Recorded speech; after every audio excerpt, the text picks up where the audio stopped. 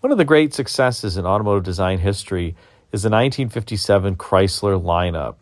Chrysler management was really looking for a way to break out of the mold and show buyers that they really should be buying a Chrysler versus another product like something from General Motors or even Ford. And so Chrysler management, which was typically known for being quite conservative, actually selected models that were radical for the time with these huge fins and taillights and thin roofs and absolutely wonderful styling. It proved very successful for Chrysler, and as an example, Plymouth became number 3 in sales behind Chevrolet and Ford in the 1957 model year, selling over 700,000 cars when just a few years before that it was selling around 400,000 cars. Now, one of the consequences of the 1957 Chrysler lineup was that General Motors realized that the vehicles it was designing for the 1959 model year were just going to be absolutely sale-proof. And if you look at some of the 1958 model year General Motors cars, you can tell that they're, well, let's just say, rather heavy-handed, and some are gaudy and bedizened and, well, just not so pleasing to the eye. Take a look for an example at the back end of this 1958 Oldsmobile and notice just how much chrome is on it. In fact, there's so much chrome on this 1958 Oldsmobile rear that I just don't even know how you can describe it. It's got these 4 horizontal strakes on the back, a very heavy-handed bumper, chrome surrounding the tail lamps, including the nacelles, the chrome, I guess you'd call it rear quarter panel tip molding there, the reverse chrome spear on the front of the car, all of the stainless trim around the windows. It is just overbearing. Well, I suppose I did just describe it. And the same was true at Buick. Again, this 1958 Buick, particularly in the rear, is just extremely heavy-handed, pudgy, bloated, etc. It's not a happy-looking car, particularly from the rear three-quarter view. I do think the front three-quarter view has, well, some good features associated with it, but the rear three-quarter is, well, less than pleasing, let's just say. That's not to say that the 1958 Buick and Oldsmobile are bad cars. In fact, they actually drive quite well, and if you have the opportunity to own one, or you do own one, I hope you don't feel insulted by this critique, and it is admittedly just my opinion. But what is fact is that the 1957 Chrysler lineup, as I said, caused General Motors' design team to really, in fact, stage a coup against its then design leader, Harley Earl, and come up with all new designs for the 1959 model year that looked completely different from what was originally proposed. According to automotive design lore, the proposals for the revised 1959 lineup were developed while Harley Earl was out in Europe, and when he came back, to his credit, he was allegedly not necessarily pleased that this had happened, but he let it go through, almost seeing that the moment had really passed him by. It was shortly thereafter that Earl would retire and future styling vice president Bill Mitchell would take over and lead GM Design, and do so until 1977. The result of all this activity was that the 1959 General Motors lineup was a very attractive lineup, but it did have some compromises in a number of places.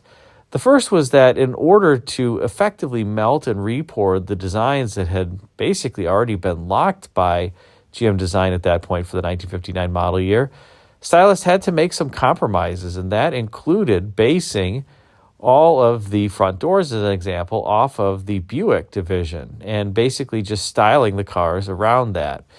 Vehicles also had common roofs, common glass, common door outers, as I mentioned in the case of the Buick in some cases, door inners, floor pans, and sharing a significantly large amount of sheet metal and components, more so than they had ever really done up until that point.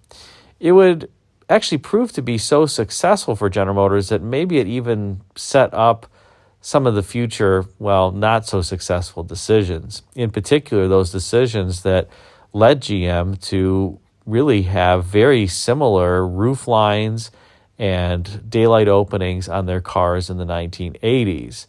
Similar to the 1959 model lineup, those cars had different front ends, different rear ends, some different sheet metal in some cases, but they did share roofs and glass in the doors and inner sheet metal, kind of like the 1959s did. And yet it was those cars that was panned by Fortune magazine in 1983, where you see here all of the GM-A bodies, the Celebrity, the 6000, Century, Olds Cutlass Sierra, all lined up on the front cover with the caption, "Will success spoil General Motors?" In any case, I digress on this topic, but let's get back to these 1959 vehicles. And some people were wondering in my previous videos, what did the proposals for the stillborn 1959 Buick, as an example, or some of the 1959 GM vehicles look like? Well, now you have your chance to see the proposals for some of these vehicles. And let's focus on the 1959 Buick before it was revised. Now, here's a picture of a 1959 Electra, and I think it's one of the most gorgeous cars ever produced. I love the 59 Electra with the canted fins in the rear and the canted headlamps up front too. And just a reminder of what the 1959 Buick rear looks like. You can see these huge fins that are, I think, wonderfully styled. And then you have the taillights underneath them with this jet engine style exhaust. It's just a highly dramatic rear end, and I even like the Buick logo that's on the deck lid there. Pretty sweet. And notice here the bumper is tasteful, and it is relatively light in comparison to the bumpers that I was showing you on the 1958 Oldsmobile as well as the Buick.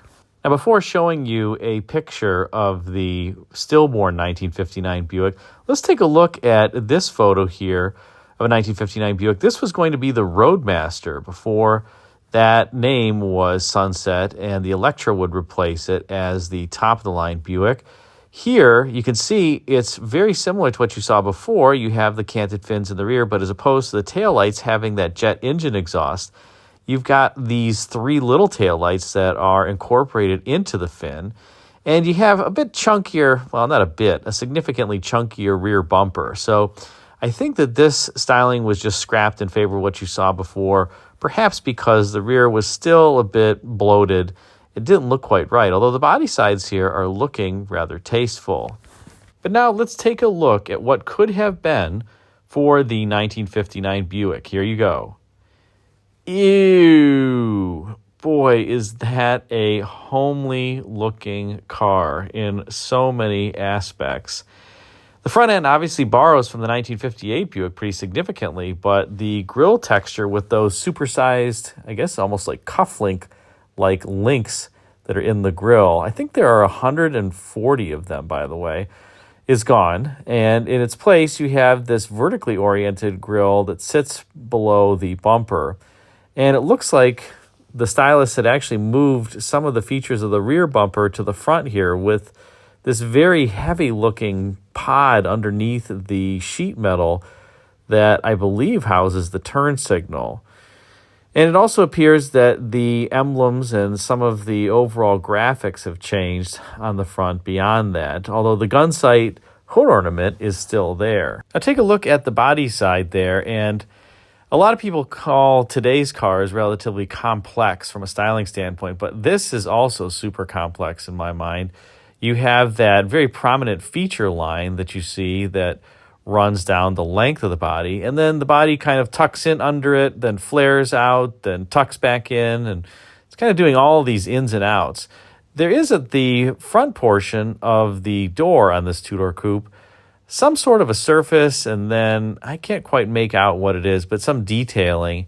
That kind of reminds me of what would end up on the 1962 Oldsmobile Starfire and the sides, at least a little bit, and certainly in a different form. Then you also have this huge molding that is on the lower portion of the vehicle, and notice the ventiports, or the portholes, are on the rear on this car. Normally on the Buicks, they were on the front, kind of in or around the hood area. You also have this reverse cut daylight opening with some fake air extractors behind the rear quarter glass. Not necessarily a fan of that. You do have the wraparound windshield and a very tall windshield at that. This overall, that kind of roof line and the daylight opening looks too tall for the car. It's almost as though GM designers were really trying to force the styling such that the occupant could definitively wear a hat without the top of the hat touching the headliner. And I wouldn't be surprised if, in fact, that was a consideration. And here we have the rear of that same car. And ew, again, I guess is kind of all that I can say. Take a look at that roof line, and here you have a wraparound backlight similar to the windshield, and I don't know what to think about it, with two fake air extractors that are atop that backlight, similar to the single one that was atop the 1958 Impala rear as well as the 1959 Impala. But if the Chevrolet has one, then Buick must have two, and it looks like the roof section is scalloped out a little bit around those. From what I have read and heard, that was actually intended to be a functional vent for the flow-through ventilation system on the 58 Impala.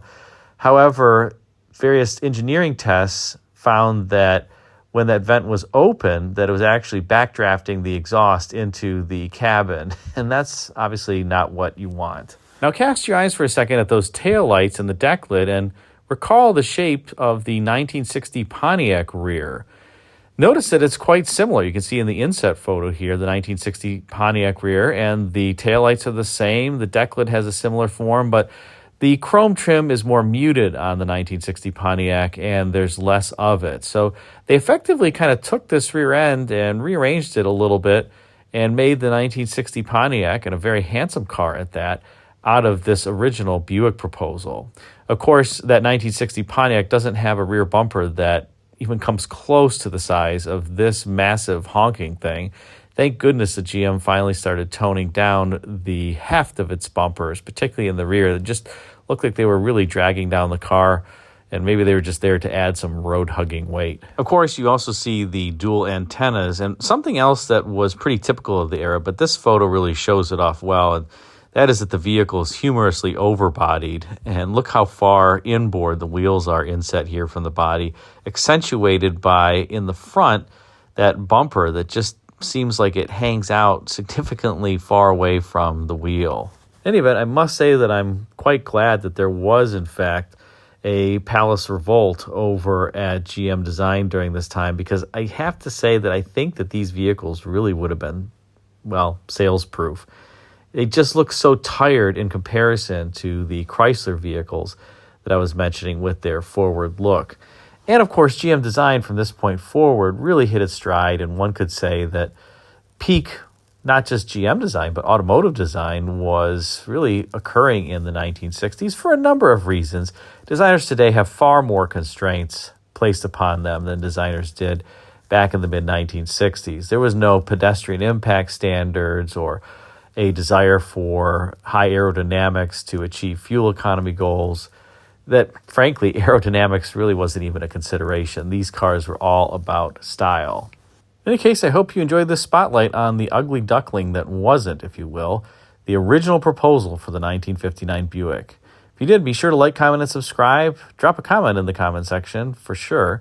And check out the video thumbnails about on left and right for some suggestions for you. Thanks again for watching.